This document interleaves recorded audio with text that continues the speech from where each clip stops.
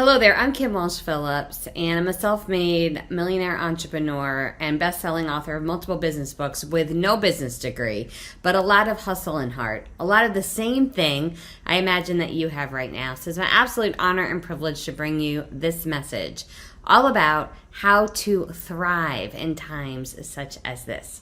Well, it first starts with a quote my friend Rich Sheffrin has been quoted as saying, which is, "These times will separate the meek from the bold." The meek from the bold. What does that mean? Well, there are times like this that people will say, I couldn't because, this didn't happen because, and they will blame the circumstances around them. But then there are those of us who don't see what's currently happening as happening to us, but happening, and seek opportunities in spite of that. Truly, in times such as this, the meek and the bold will separate. Those that will claim it as the reason for their lack of dreams coming true, the reason from them not moving forward, or it was the reason to propel them forward. So let's talk about it. If you're one of the people who want to propel yourself, continue to thrive and strive, how can we make that happen? Well, there's a few things. First of all, you have evidence that it's possible. Evidence. Why? How do you have evidence that it's possible? Well, just think about the last several weeks. All that you have accomplished with no roadmap, no guidebook, no evidence or history of the past. You just kept moving forward. You were not born knowing how to navigate, knowing how to pivot, but yet you did. Anything that you figured out that was brand new showed that you can do great things. You can figure out new things. And so I want you to take 10 minutes, pen and paper in hand. Do not allow yourself to lift that pen from the paper until you are done with this exercise. But go ahead and make a list of all the things you did for the first time in the last 8 weeks. All the things that you figured out. All the ways that you found to prosper, to have joy, to bring others joy, to bring care, to have fun that you never knew you could do. Make a list, write them down, big and bold, and with each one, celebrate all that you have done. And then I want you to take that list and put it somewhere visible as a constant reminder of all that you can accomplish, all that you are capable of, and all that your past has shown you can do. This will be a constant reminder, anything new you go after, that you can do big and amazing thing. And then as you're doing it, you're going to start to get a little worried. Like, what is this going to lead to next? You're going to start thinking about, what will people think of you? Like, what if someone saw this list? And what if someone starts judging the things that I did? What if the things I'm doing aren't as great or as important as others? What if people think I'm not qualified to be doing these things? Well, we take a pause. We recognize those feelings are normal, and then we keep moving forward anyway, because we recognize our ego cannot be greater than our mission. Our ego can't be greater than our mission. We need to be able to move forward because what we have planned to do, what we were created to do, is greater than what anyone will ever think of you, right? People who might judge you were not who you were created for. One of my fabulous coaching clients, he goes by Ski, will say he enters any situation knowing that 50% of the people he presents to will not like him. Let's just take that off the top, because that's not who we were created for. You might not be everybody's cup of tea, but guess what? Even if you were to pour your pot in cups that you were created for all day long, you wouldn't have enough time in your lifetime to reach them. So don't worry about the people that you weren't created for. Focus on those that you are and let go of that ego, because it's not as important as your mission. Now, when you continue to move forward, it doesn't mean that you're not scared. It doesn't mean that you don't have fear. In fact, when you're courageous, that means you're moving forward in spite of the fear that you have. In spite of the fear that you have. So whatever that big goal is, I want you to write it out boldly. Something you've been driven to do, something you want to accomplish, the next thing you want to get done. Write it out, that I will, write the statement. What will you do? I will, write the statement. Maybe it's write that book, start that business, ask that person out. Whatever it is, you're going to write it boldly, and you're going to put it right above that list, the things you've already done. So when you look at it, if you have that instant moment of fear, you're going to look immediately below it to the list of what you've already accomplished as a constant reminder that you can do great things. Then the next thing I want you to do is schedule. You're going to schedule to get it done. So that big thing you just wrote down, that dream that you have, brain dump a list of all the tasks you need to do in order to accomplish it. Okay? Whatever that might be from start to finish, because as soon as we start breaking down those big goals, they become so much more accomplishable.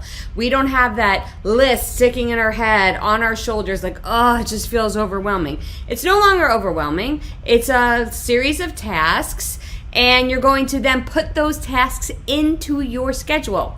Big things can only get done when we schedule them. Right? It's not like, oh, I hope it gets done. I'm going to make sure it gets done. It's very similar to when you're trying to, let's say, save for a house or buy a car or make sure that you have more money in your bank account than you're spending. We actually have to track the numbers, right? We need to know how much is in there, how much we are spending, and balance that. Well, the same thing is about your time. We could either keep hoping our big dreams come true, or we can make them happen by putting them into our schedule. So you're going to create that list of tasks, and then you're going to go into your schedule and put them in. I prefer to use something called a power hour. This is the first hour that I work every day. I will put in those big projects I'm trying to accomplish, those things that necessarily aren't on fire, but they're important. And I will give myself 30 minutes of that hour every single day to work on those projects. It's how I've gotten the books that I've written. It's how I've gotten new courses out. It's how I've launched new business opportunities, spending that time every single day. So whether you want to do 10 minutes a day, 30 minutes, 2 hours, it's fine. You're just going to pick a set time in your day every single day to schedule those tasks. Then you're going to get others involved. Now, why would you do that? Well, because this is where you can leverage success. There are people who have accomplished the thing you want to accomplish, who have already done it. If you copy their blueprint, you're going to get so much farther, so much faster. Now, this doesn't mean you're going to go posting on social media the first day you decide to do something. That's a terrible idea. Actually, science has shown when you post something, before you've actually done anything for it, we get this dose of dopamine, which means we don't have to do anything else. Like, we've already rewarded ourselves because we're just telling people our plan without any risk of doing it. And then the whole world's like, yay, you're awesome, you have big plans. Bad idea. Don't do that. Instead, seek people who have accomplished the thing you're trying to accomplish. Find out how they did it, and follow their blueprint. It could be a course you're going to buy, mentoring you're going to pay for, a dinner you're going to invite someone to. It doesn't matter. Follow their blueprint. Maybe they have a book, they have a course, they have an event. Do that as a way to follow them to make sure that happens. Then you're going to create a deadline. Get this on there. A deadline and celebration. So this is this big thing you want to accomplish. You're going to set a date you're going to get it done by and a way and method of celebrating it. This is creating a time specificity on a goal, which is so important to ensure that it gets done. And then when it comes to your celebration, I want you to invite someone else to do it with you. Just one person. Again, we're not posting on all of social media here. We're inviting one person. So let me give you an example. When I first was launching my first digital course, I invited my husband that we were going to go out to dinner at this great tasting restaurant that we love, and it requires a reservation and a credit card to reserve it. So now I had a deadline, I had accountability, and I put some money on the table. That's a great way to do it. A reservation at a hotel that's non-refundable, a golfing trip, a spa date, even just a hike that you invite someone to. Set a deadline of when you're going to accomplish it. Invite someone else so you have that accountability, and give your subconscious brain to know it's going to get a reward at the end of it. It will make you much more likely to stay on task. Then it is time to tell others about it. Now, not yet. I want you to wait at least until you are 50% done with the project and or 1 week out of completing it. Whichever way, maybe it's something quick and you're going to get it completely done. You want to make sure you have a lot of skin in the game before you tell others. But then it's time, Because then you can be accountable. You can have a group of people cheering you on, celebrating you, and supporting you. I've done this with each of my book projects. Before I've written a book, about 50% done with the book, I'll start sharing with my audience what is happening, what's the book about, what's the next steps and stages, so they start rooting for this project before I complete it. It's a great way to get them involved, but also not share it too early that it never comes true in the first place. And the final piece of all of this is, whenever those doubts come up, whenever those fears or concerns, remember, you, my friend, are enough. You were created on purpose with a purpose, and that was to do amazing and great things. This is only the beginning. The last few weeks have shown you how much you can accomplish, and that was just the start. Right now, right in this moment, you have a brand new opportunity to do incredible things, and I can't wait to be cheering with you on. I'd love to connect with you. Visit me on my website at kimwalshphillips.com. That's KIMWALSHPHILLIPS.com.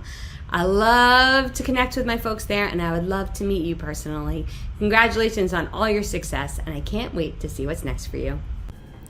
Hi, you're listening to Everyday Peace with Dr. Drayvon James, and I want to come on here today to give you some hope and to remind you of just who you are and just how amazing you are. We are living right now during some very interesting times, to say the least. There's a lot of pain, not only in our country, but throughout the world. There's a lot of uncertainty because of violence, and there's a lot of uncertainty because of the pandemic. And people are experiencing heightened sense of just anxiety, which is to be expected, right? These human bodies, our egos, really rely on some semblance of a routine, and we are definitely not in our routine. That being said, now is not the time to be paralyzed with fear or to be fueled with anger. Now is the time to become quietly inquisitive. Curiosity matched with quiet. Why? What happens when you're quiet and you're inquisitive? And I don't mean quiet like stop talking. I mean spending some time in the silence. Whether it's 5, 10, 20, 30 minutes a day, it doesn't matter. The quantity of time, not as important as the practice, as the routine of the practice. And what happens when you just spend this time in silence, just sitting, letting your mind relax and take a break, putting yourself back into the body, becoming attached to your true feelings without judgment, shame, or condemnation. What you're going to find in the silence are answers.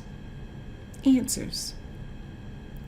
The answers are in the silence. And guess what? I'm going to tell you something that you already intuitively know.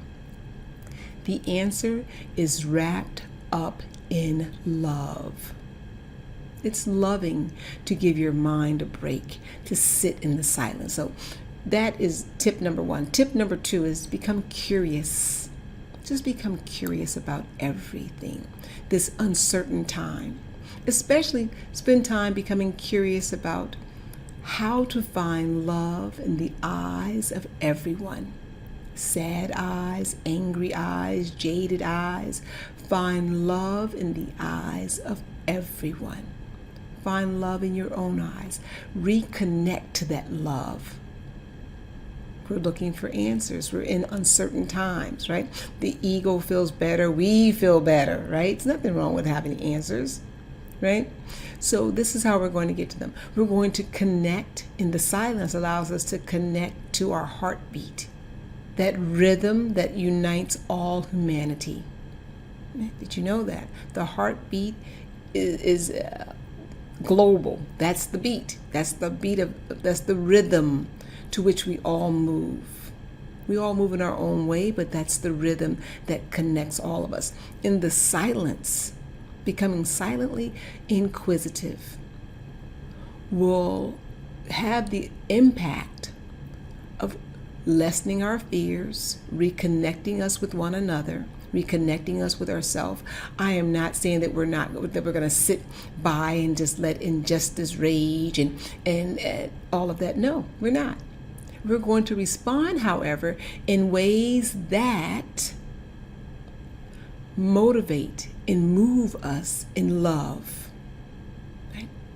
First, love for ourselves, love for others, love for our country. Right? We're going to move in love. We'll be guided, organically guided to our next right action when we take time to love on ourselves in the silence with curiosity. I'm Dr. Drayvon James. This is Everyday Peace with Dr. Drayvon James. I am super excited to call you an everyday peacemaker. Peace meaning wholeness, completeness, nothing missing, nothing broken, totality. That's who you are. That's the truth of who you are. There's so much power in that. And I just want to say, I love this definition of peace. Wholeness, completeness, nothing missing, totality. That means if something is happening in your world, in your environment right now, it can happen. It's okay for it to happen, and you still exist as peace. You are creating the new world. That's how amazing you are. That's how powerful you are. You're creating the new world even in light of what's happening. I'm glad to share this experience with you. This is Everyday Peace with Dr. Drayvon James. I absolutely love you.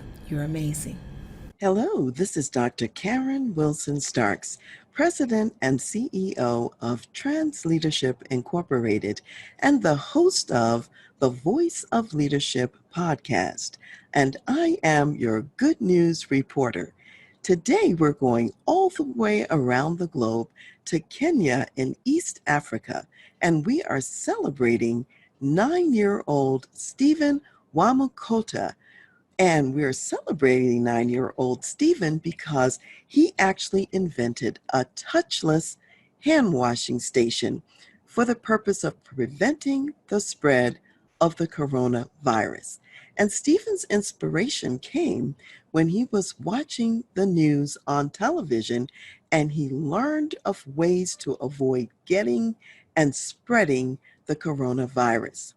So he found some wood at home that his father James had set aside to actually build some window frames. And Stephen got to work and he created his touchless hand washing station. So by the time his father got home from work, he saw what his son had created and was quite amazed.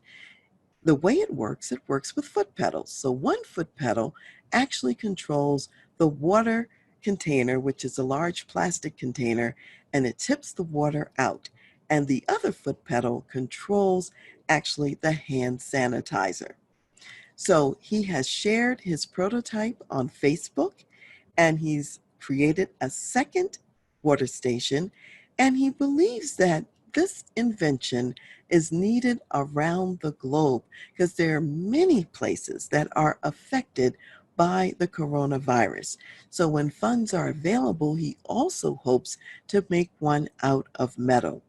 Because of his community service, his caring for other people, Stephen also received a presidential medal, and this is the Presidential Order of Service, the Uzalendo Patriotic Award from the President of Kenya. Stephen desires to be an engineer and one day to build factories. So the governor of his county in Kenya has also promised him a scholarship to college when he's old enough to go to college. So here's what I want all of us to take notice of. Anyone can be a force for good and can care about other people. And today, I'm thanking Stephen Wamukota for being our inspiration for today's good news. So I'm Dr. Karen Wilson Starks, President and CEO of Trans Leadership Incorporated, the host of the Voice of Leadership podcast, and your good news reporter on Raven International TV Network. Do you know how unique you are, and that God speaks to you in individual ways? As an individual, you receive and respond to these messages differently from your friends and family. God will use various approaches to call you for a specific purpose. He may give you more than one calling and may call you at different ages and stages in life. You have a lot in common with Bible characters. Any one of the following ways could be the method God has planned to get your attention. Which one of these ways have you heard God? Are you the type that needs to hear God's calling directly? In other words, are you the type that doesn't understand the language of hint? This was exactly how God called Samuel. Samuel's mother had prayed to have a son and promised to dedicate him to God's service. So instead of living with his mother, he lived with the priest Eli. Now, even before Samuel was born, God had a purpose for him.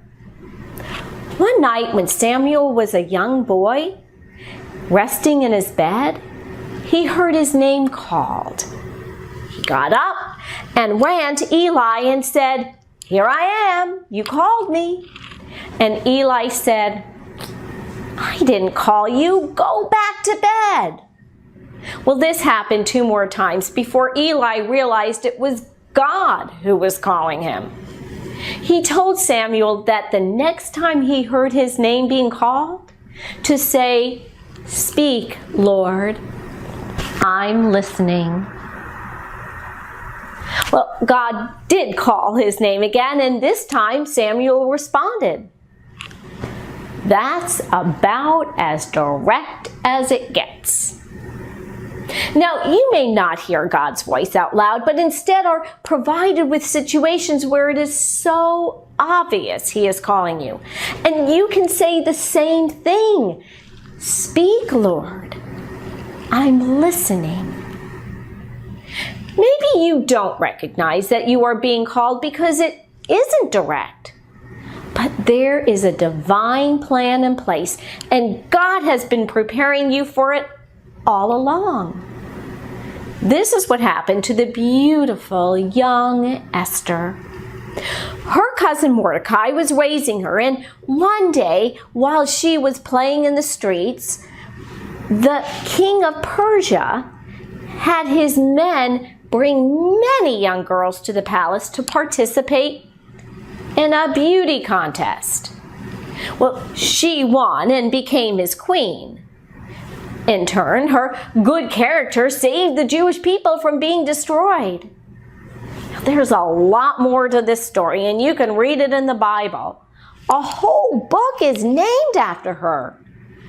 The reason I mentioned Esther was because she didn't know until a crisis occurred that she would be called to a very important mission. It came through the words of her cousin, "If you remain silent at this time, you and your father's family will perish." And who knows but that you have come to your royal position for such a time as this. Then she risked her life by asking for a personal meeting with the king. He agreed, and she corrected misinformation, which saved the Jewish people. Is there anything going on in your life that you have been put into a position for such a time as this?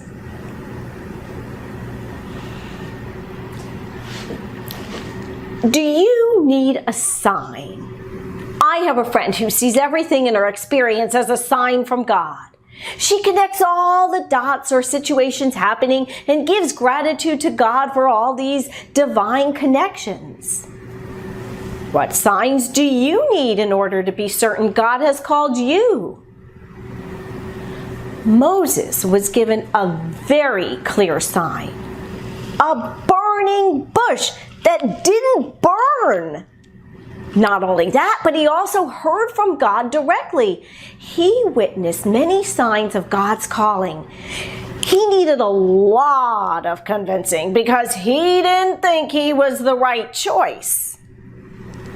Do you need many signs before you are convinced that God has chosen you to fill an important position or mission? Well, maybe you don't realize that there is something better for you, but God wants to take you out of your current situation into an adventure where you get to discover your relationship with God. Rahab was living in Jericho, a city not known for their moral conduct. She had heard about these Israelite people and their God who performed many miracles. She was impressed and desired a more spiritual life, but didn't really know it. She had hid some Israelite men to protect them from being captured. These men conquered the city and saved her and her family. She joined the Israelite community, got married, and one of her descendants was King David. So no matter what is going on in your life right now, God can call you into serving Him in unexpected ways. He can remove you from a bad situation and bring you into an amazing life. You might have the perfect job and aren't even thinking about changing it, but your calling might come out of necessity. Some of my friends have been called to care for an aging parent or to raise a grandchild.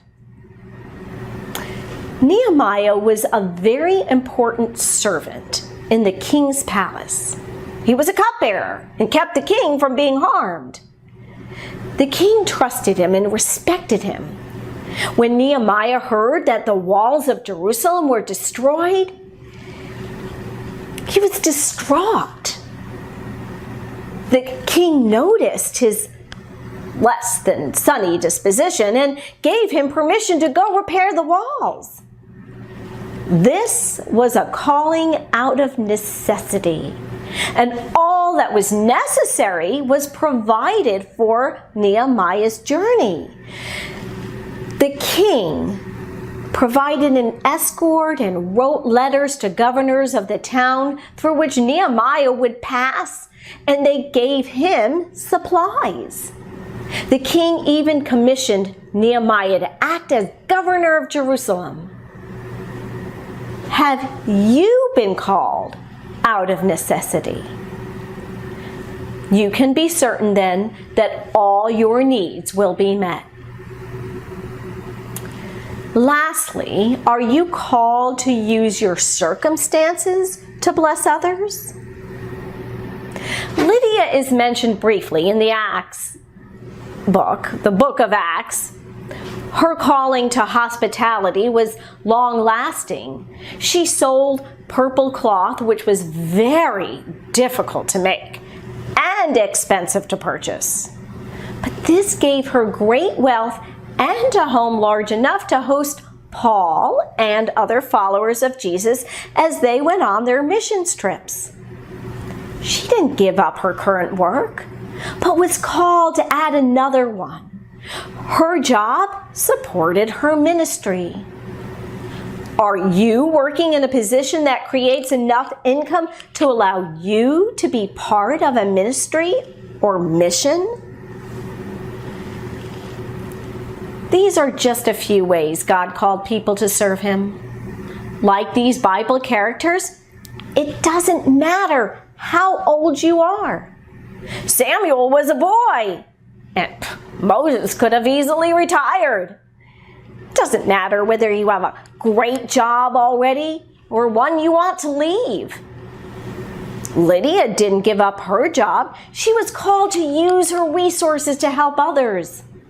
Rahab was glad to give up her profession. And Esther didn't have a choice of where she was, but she did have a choice in how she responded to it. You are truly blessed by God with qualities and characteristics that make you uniquely called to do something that will make a positive impact in many lives. Hi, I'm Kathy Sexton, Productivity and Profit Specialist for Small Business. With everything that is going on in the world today I wanted to talk about two things: the power of our mind and some productivity. I am one of the last people to say life is easy, because it is not. For the most part, there is very little we have control over. I believe we only have control over 5 things in life: our time, our money, energy, our thoughts, and behaviors. Our thoughts can propel us forward, or they can stop us in our tracks without even realizing what's going on. Our life is made up of years, weeks, days, hours, minutes, and seconds, all based on how we think and how we act. 90% of our decisions are made subconsciously. The problem is, it doesn't matter if they're positive or negative thoughts. Did you know that we have 60 to 70,000 thoughts go through our head every single day? And only 5% of those are new thoughts. So what does that mean? So that means we are constantly thinking the same thoughts over and over and over again. With that in mind, what we think about has a direct effect on our lives. Our thoughts rule our actions. It's worth taking notice of our thoughts, our beliefs, and the decisions we make. That's the first step in creating positive decisions, by recognizing the thought patterns and start to change them. When we constantly think negative thoughts, we attract negative patterns in our life. And when we think positive, we attract positive things in our life. And that's why it's so important to make sure the majority of those 60 to 70 thoughts we think of every day are positive.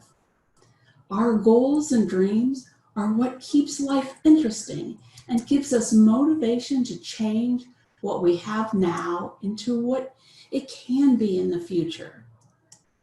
The more positivity that we place in our lives, the faster these goals and dreams can be realized. I believe this pandemic has given us an opportunity to stop and to catch our breath and change the pace of our lives we live. We can choose to race through life, or we can stop and smell the roses, as the old saying goes. It's important to be positive through these changing times, as well as embrace the fact that we are all in this together, and we can be stronger together. We can choose to have a stronger family life, a stronger immune system, simpler paced lives. Now, don't get me wrong. I realize that it's not all been good. Some of us have lost family members. We've lost jobs. The key here is to understand and acknowledge the things that we cannot change or we have no control over, and focus on the living life to the fullest in the situations for the things that we do have control over. So let's just jump things a little bit and go over to productivity. So when it comes to productivity, I want you to start thinking big, but I want you to act small. I'm going to say that again. I want you to think big, but I want you to act small. When I say act small, it's about breaking everything down into a small or even tiny steps. far too many of us don't take small enough steps. We want to rush into the end to reach the result, and our society has conditioned us to have and want instant results. But what I have learned is that brilliance does not come from the results. Even the results are nice and we feel good about reaching them. The brilliance comes from the lessons we learn along the way as we create or go through the process. Whatever goal or dream you're working on, take the time to stop and reveal the process and the lessons you're learning along the way. You know, productivity isn't everything in life, but it affects everything. It's the ROI, return on your investment, of our time, our energy, and our money. So let's take a look at what I call the DNA of productivity. It's about decisions, next, action. Again, DNA, decisions, next, action.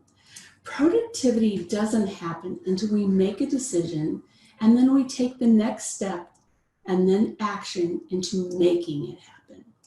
A lot of times we get hung up on just making a decision. Should I not? Should I do it now? Should I do it later? So this is what I say. If it's not a definite yes, then maybe it's a no for now. It can be a yes later. Don't waste time waffling back and forth, wasted time and energy. This can cause stress. Sometimes we don't know what our next action should be. Example, if you're a business owner, you might want to work on a budget or your family budget. Or maybe I need to work on my website. Those are end results. You need to narrow it down into your next action. Review last year's budget or collect pictures for my homepage of my website. Think task, not end results. So I challenge you to take a look at your to-do list and see if your items on your to-do list are results, or are they really the tasks that are going to reach the results? If they are results, then make sure you're writing down the next action you need to take. So let's recap a little bit. Life is not always easy, but we do have control over our time, our energy, our money, and our thoughts, positive or negative, and we have the choice to choose. And then, of course, our behaviors/actions. And the good news is that we get to choose to change our thoughts at any point in time. Embrace where we are and take advantage of the time to reconnect with family and this slower pace life. Think big, but act small and learn from the lessons in the process of change. This is Kathy Sexton, the productivity experts for productivity and profit for you personally and your business. Ability to help business professionals brand their brilliance. She's a best-selling author, a tech CEO, branding expert, and market domination strategist. Sounds exciting. So she's also, believe it or not, she's ranked number 8 in the world among top 30 branding gurus. So you're going to hear a lot, and I've heard her speak. She's amazing. You're going to love her. From high school dropout to PhD student and serialpreneur, Lethia knows what it takes to be a game changer. She's a little geeky, magnetically motivating, and oozing brilliant business strategies. And she will challenge you as our audience today to get in the game, because game changers, not spectators, win championships. Please welcome Lethia Owens.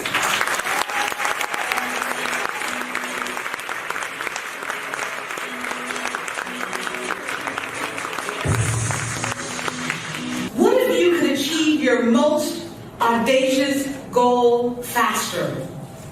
You can, and I'm going to show you how today. In 2009, Google realized they had a problem. They had a great new product called Gmail, but it wasn't making them any money. So they decided to do a series of experiments where they changed the color of their web links to a slightly greener shade of blue, just to see if they could get more click-throughs. Well, that one little change, a change so small that people could hardly even notice, led to an extra $200 million a year in revenue. That is the power of 1%. As a branding strategist, I've had the opportunity to work with businesses all over the world. And one of the things that really blesses me is that I get to learn from them. You see, one of the things I've learned is that those who win have a mindset of a game changer. A mindset that never quits. A mindset that doesn't settle for the status quo. But a mindset that is always seeking to be just a little bit better. And that mindset makes all the difference. I used to think that successful people had this secret DNA that gave them the power to push forward and to win. But I've come to realize that it's not just the Serena Williams and the Steve Jobs of the world that have the opportunity to shape the whole human race. It's something that each and every one of us, we get to do. And one of the things that inspires me the most about the power of 1% is the opportunity to succeed regardless of where you start. You see, I didn't have a promising start. By the age of 15, I was both a high school dropout and a teen mom. And words can't express how it feels to have people prejudge you and immediately dismiss you because of who they think you are. Like my homeroom teacher, Mr. Wilder. You see, when I told Mr. Wilder that I was dropping out of high school, he looked at me and he said, I wouldn't be surprised if you ended up on welfare. Or ended up using drugs or even selling them. And I thought to myself, how could Mr. Wilder say those things about me? Like, what made him think that? I didn't understand. But I quit school, and I had my daughter, and my mother did something that absolutely blew my mind. She quit her job and got a job at night as a security guard so that she could stay at home during the day with my daughter. Well, the next semester, I went back to school. And this time I was serious, because previously I was a C or D student, but then I became a straight A student. Well,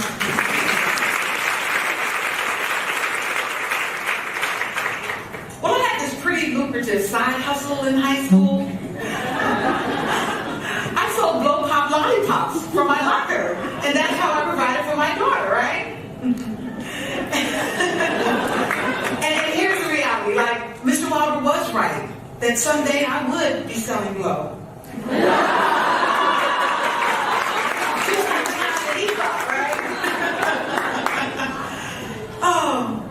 But you know what? At the beginning of my junior year, my boyfriend, he said, you need to start preparing to take the SAT. And I said, the SAT? I'm not going to take the SAT because I'm not going to college. I'm going to become a cosmetologist. So every time I asked him, hey, can we go to the movies? Or can we go out to eat? He would say yes, after you study for the SAT. He even had me create a cassette tape. You remember those things, right? A cassette tape, and he had me record hundreds of Greek and Latin root words, prefixes, and suffixes. So every day on the school bus for over a year, while my friends were listening to New Edition and John Cougar Mellencamp, I was listening to sub means under. And I thought my boyfriend was from another planet.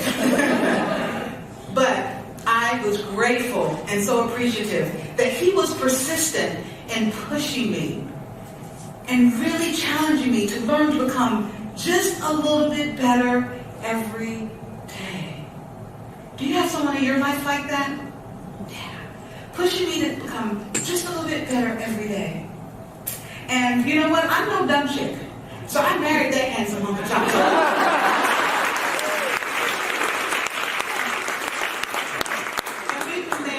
For over 32 years.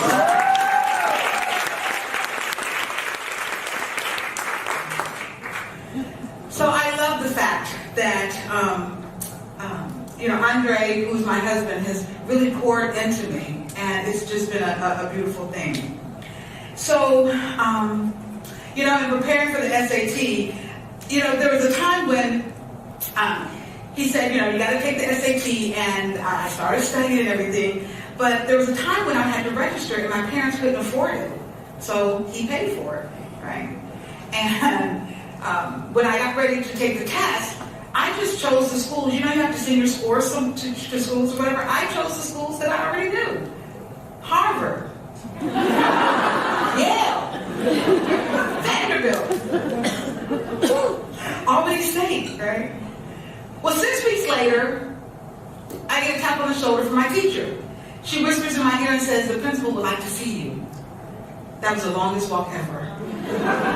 Because, remember I had a blow pop smuggling operation, right? And I've already been caught and warned about that, right? And I'm thinking to myself, who would have snitched on me? So I get to the principal's office and I slowly open up the door. And there is Mrs. Lowe, standing at her desk. She's standing. This is serious. And then I see that there's a gentleman in the room. And I'm like, really? Reinforcements? For some blow pops? And before I could properly introduce myself, the gentleman said, "Lydia, I have a near perfect SAT score."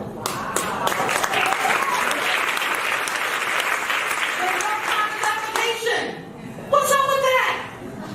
Relieved this wasn't about blow pops? I said, "Oh, that's simple. I'm not going to college. I'm going to become a cosmetologist." Confused with my response, he said, "Wait a minute. What if we give you a full ride?" And I said, "Ride where?" I'm not getting in the car with this man. I don't know him.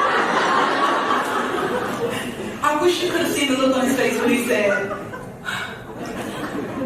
"We're going to give you a full ride scholarship to go to college, which means we pay for everything." And I said, "Oh, I can do that. Sign me up."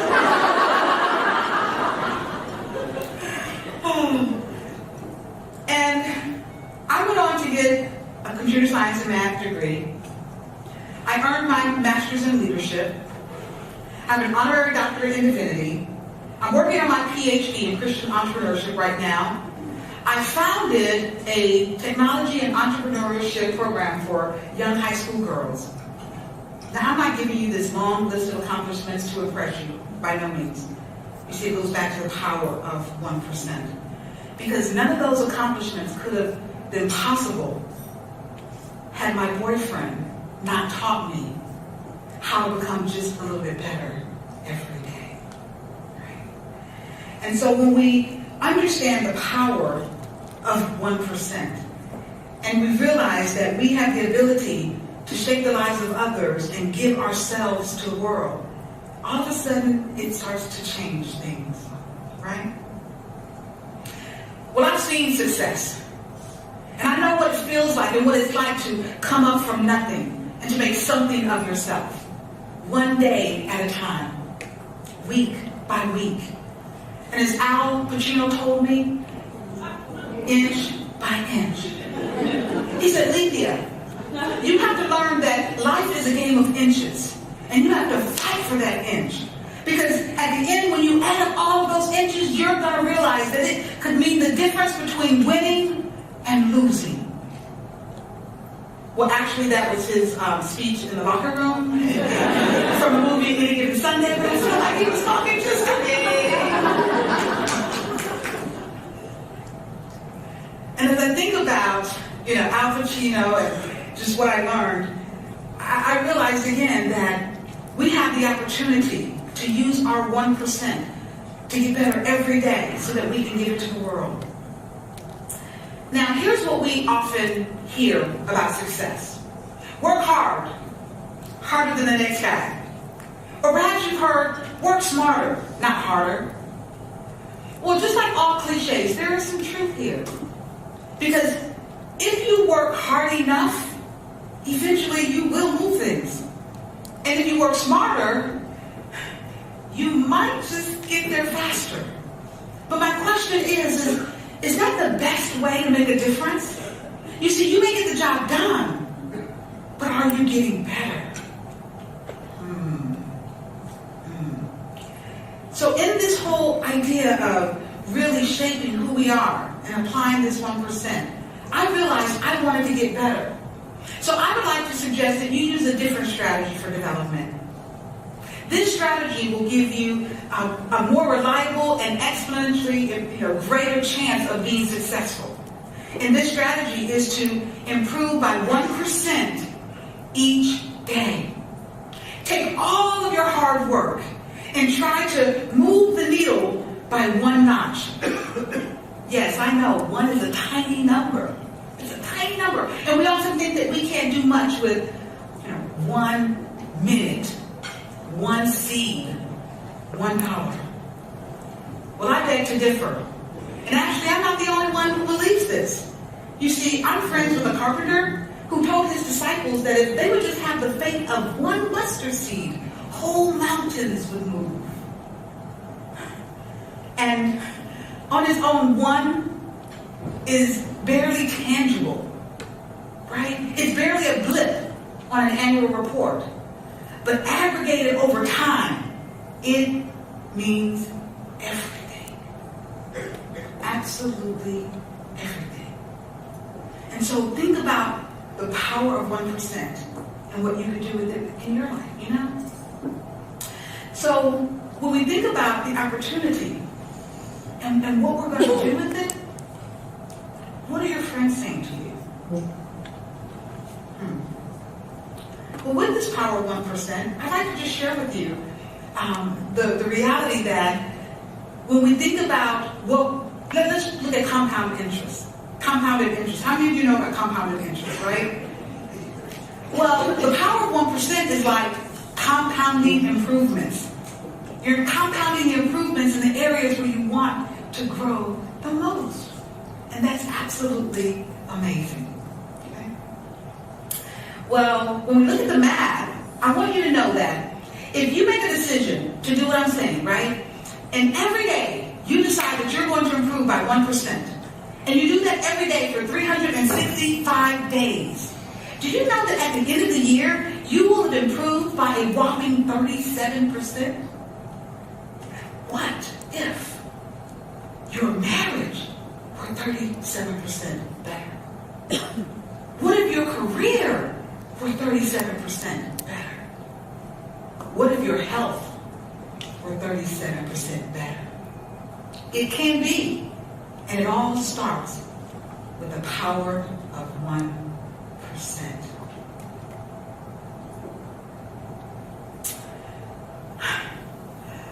I'm going to give you an example, because I know that examples kind of like bring things home, right? So, in over 76 years of competing in the Tour de France, the British cycling team achieved not 1, not 5, but 0 wins. And it wasn't until their coach, Sir David Brailsford, used the power of 1% to help his team, right? They didn't have any success. And what he did was he aggregated these improvements. The first thing that he did is he reduced the wheel weight. He then also shaved millimeters off of the seat. He even changed their diet. And in 2012, a British cyclist won the Tour de France. His teammate came in second place. And the whole team took home 8 gold medals in the London Olympic Games that same year. When you recognize and acknowledge what the power of 1% can do for you, you begin to see opportunities for change and growth everywhere in your life. I opportunity to meet this wonderful guy named Chris Robinson. And when I met Chris about 6 years ago, he had lost almost everything. His $1 million company had just imploded. He had to sell his home for a loss that's more than many of our homes even cost. And he and his family had to move in to his parents' home. Well, I had the wonderful opportunity to coach Chris. And we were at lunch one day. And I shared the power of 1% with him. And I told him how it had already impacted my life and how valuable it was to my personal growth. This just added fuel to his fire. Well, I got a chance to run into Chris like a few weeks ago.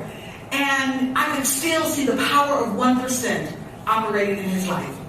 He was excited and he told me, he says, Cynthia, just 90 days ago, I decided that I wanted to start investing in multifamily properties. And I've already read 7 books. I've completed 1 self-study program. My family and I, we've driven over 450 miles around St. Louis trying to find the perfect property. And I'm only 20 days away from closing my first deal.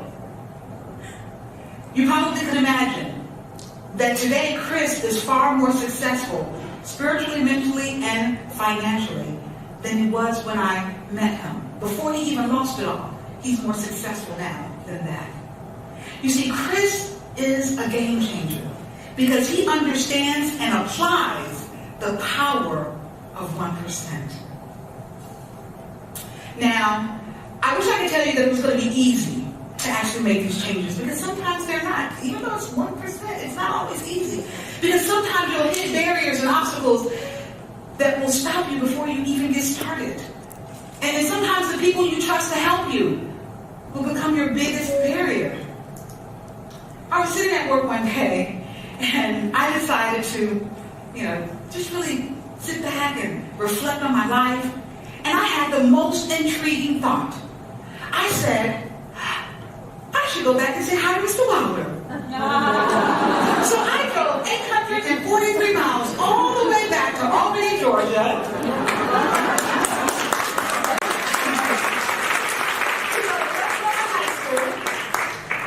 And when I got back to the high school, I found out Mr. Wilder was no longer there. But you know what I did, right?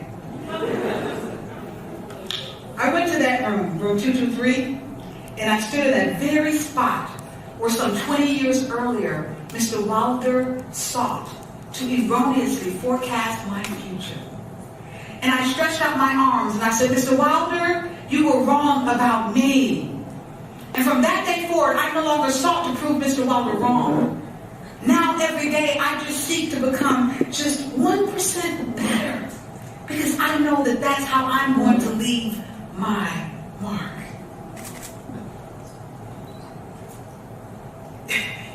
When we think about the ability to lay down the weight from allowing other people to control where we can go and what we can do, it is freeing and liberating. You see, to be a game changer, you don't have to be super intelligent. You don't have to have super strength. You don't have to have connections in all the right places. You don't even have to be a superhero or a goofy sidekick for that matter. You just have to make a commitment to taking small steps and intentionally working to improve by 1% every day. You see, when my granddaughter Michaela was born, she was 3 years old when I finally made this decision, but when she was born, something happened to me. And when she was 3 years old, I decided that I would create a company for each of my grandchildren. And so we created, called Kayla, after Michaela, and it's a web development and consulting firm. And when Michaela graduates from college, that will be our gift to her. You see, game changers, they have audacious vision about what they want their world to become.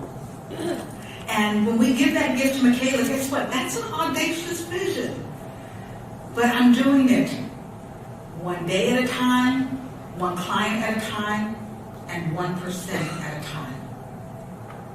Anyone can be a game changer. Anyone. From a business leader to a business owner.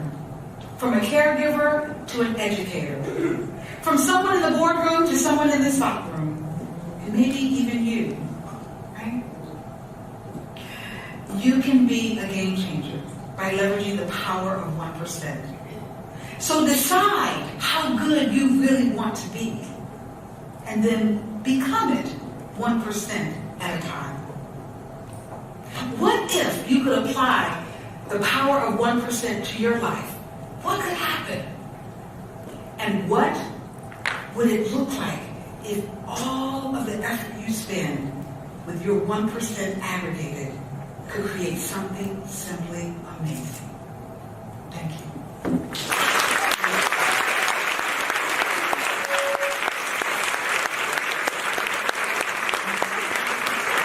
Welcome also from my side. My name is Alexandra Deubner. I'm a transformational coach from Vienna, Austria, and I'm thrilled to be here with you. And I thought, what can I share to empower and inspire you in these challenging times? And what came up is one of my core beliefs that we can all create a life we truly love. So I invite you to actually create a life you truly love. And I know this might sound a little bit weird or difficult in these challenging times, but I so believe it's possible. So I invite you to actually start looking at what's working already in your life and what isn't. And please don't tell me that you can't change and that that's not possible for you out of whatever reasons, because we still have control over so many things. So if you feel overwhelmed and if you feel, fearful or whatever it is, if there are any obstacles that come to your mind immediately, I invite you to actually, the first thing that always works for me is I take a deep breath. I really stop doing whatever I'm doing, and then I just breathe and take 2 or 3 really deep breaths and just let go of any stress.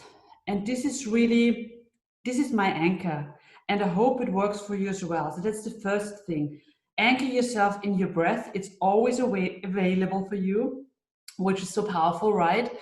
And it usually, it gets out of this fearful hunting kind of extreme rhythm, but you start to balance yourself a little bit more and to ground yourself when you focus on your breath. And once you focus on your breath, the next step that I invite you to do is actually that you start to listen to your thoughts and listen to what you're actually telling yourself. And very often we are our worst enemy. I can speak for myself. For years I've been telling myself the weirdest stories, that something can't work, or that I'm not good enough at something or whatever. And all of these are limiting beliefs, and these beliefs don't come from us, right? They come from whatever, parents, society, something that happened in childhood, whatever it is, yeah? And it doesn't really matter at this point. It's just when you believe, when you realize what you're thinking, you actually can take over the control again, because now it's in your conscious mind, right? And you can ask yourself the following 2 questions. Is this actually true, what I'm telling myself? And is it serving me? And if it's true and it's not serving you, let go. And if it's not true and also not serving you, let go. Yeah, that sounds easy. It needs some practice, but it's so powerful, because we need to get control over our lives again. And it starts with getting control over our breath and control over our thoughts. And then I invite you to exchange the limiting thoughts with some positive ones. So instead of, oh, I can't do this, or it's too hard, or now is not the right time, there will never be a better time than now. So tell yourself something, find a mantra, something like, I am good enough. I'm as good as I need to be. Yeah, I'm fine the way I am. I'm perfect. Whatever works for you. And say this to yourself on a regular basis. The more you tell yourself positive affirmations and positive thoughts and let them sink in, the more you will also learn to believe them, and the more empowered you will feel. So now that we have the breathing and the thoughts, the next thing is actually that I invite you to do is to look at the areas of your life that are working well and those that aren't working well. So I tend to divide my life usually at least in 4 areas. So the first one being career, business, if you're younger, studies maybe, yeah, this area. Then the next one is health. So how is my health, body, mind, and soul? The third one is the heart. So it's family and friends. It can be pets. Yeah, whatever comes up in your heart area, relationships, of course. And then the last one is the fun part. Yeah, what do you do for fun? And take a look at, it's your spare time and so on, your hobbies, what you really like to do. And I invite you to take a look at all these 4 areas and see where is something missing. Because the thing is, we probably only live once, and I invite you to make the most out of it, even in these challenging times. I so believe it's possible for each and every one of us. But we need to get unstuck to be able to do this. We need to regain control over our lives again. And there are parts we can control. So if you take a look at these 4 areas, what is the first one that comes to your mind that needs, immediate help? Yeah. And then work on it. And it can be a small step. Yeah. It can be for, let's say you feel alone. It can be that you call a friend, reach out. Don't be afraid of, asking for support. Only the brave ones actually do this. And then also make sure that you take good care of yourself in general. So self-care is really important, yeah? Together with the thoughts, right? The positive thoughts that we're telling ourselves, also to make sure that you get enough sleep, yeah? All this health part, you get enough sleep, you get enough water into you. You go out for a walk. It's the small things if you're allowed to go out for a walk, yeah? Do some yoga, some exercise, any kind of movement usually also unlimits our brain. Yeah, there's some movement going on in our brain when we start to move in our body. And then, I also invite you not to hide behind your fears. So Brené Brown once said, and I really love this, that you actually, because I also thought always, if you're courageous, you aren't afraid. But that's so not true. It's actually the opposite, right? You can only be courageous if you do something despite fear. Let it sink in, yeah? So let's be courageous. Take a look at your fears. We all have fears, so you're not alone if you're afraid of something.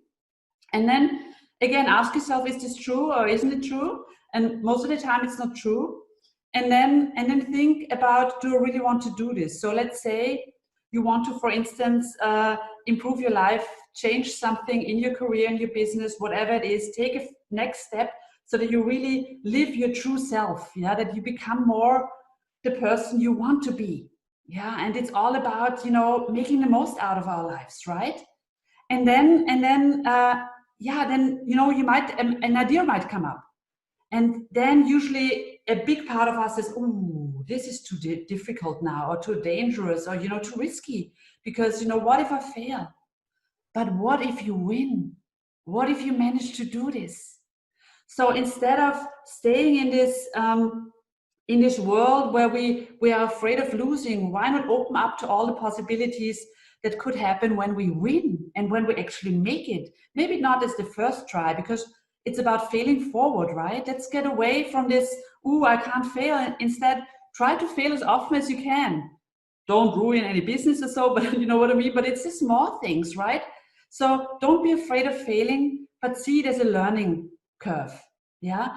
And then take this step and really let fear guide you. So when you feel like, I should do this, but wow, I'm really afraid of this, yeah?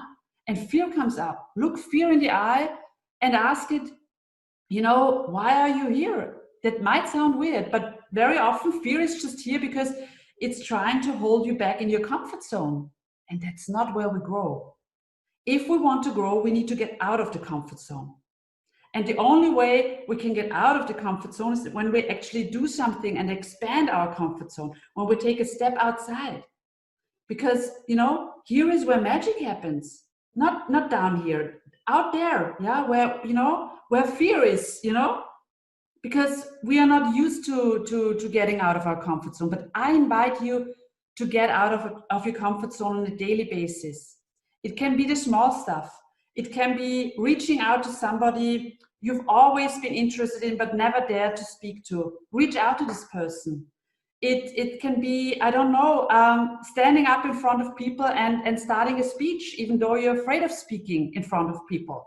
Yeah, just dare. Yeah, don't do crazy stuff. Yeah, that might hurt you or others. but get out of your comfort zone and see how actually exciting and awesome and relieving it is when you did something despite your fear. That's real courage. And that's what we need. And that's what we really need, first of all, in the world. Yeah, let not fear hold us back, but actually let's expand and make the most out of our lives. With COVID-19, without COVID-19, it's here right now. Yeah, we have to accept this. We can't ignore it, but we can still make so much out of our lives. That's, my wish for you, that you dare to get out of your comfort zone and reach for the stars, one step at a time. And if you fail, no problem. Be proud of yourself that you tried, and then try again. Think it over. What hasn't worked? What can I do differently? And then go for it again. Because, my dear, you're stronger than you think you are. And the thing is, the more you're getting out of your comfort zone, the more comfortable you will feel. It will become your new comfort zone, this expanded area. And you will become limitless in the long run. And isn't this awesome when there's suddenly no fears holding you back and you're getting closer and closer to your true you and living and creating the life you've always dreamt of? Because it is possible. And imagine what a success story you will write when you say, I did this despite these crazy times. Despite all of this, yeah, I managed. That's the most awesome, success story. And I would love to hear all about this. And I really believe it's possible for each and every one of you. As long as we don't let fear get in the way of our dreams, if we take a look at what we need, which areas we need to improve, and then take one step at a time. Focus on your breathing, make sure that your brain only has thoughts that support you, that empower you, and then take one step at a time and surround yourself with people who are, cheerleaders, who support you in whatever you're doing. That's it for me for now. I hope this was helpful. I wish you all the best. Stay healthy, sane, and safe in these crazy times. Never forget to believe in yourself. I so believe in you, and I wish you all the best. Let's inspire the world. My name is Alexandra Deubner. You can come and visit me on my website, www.alexandradeubner.com. Deubner is spelled D-E-U-B-N-E-R. All the best. I believe in you. To your true you. Bye-bye.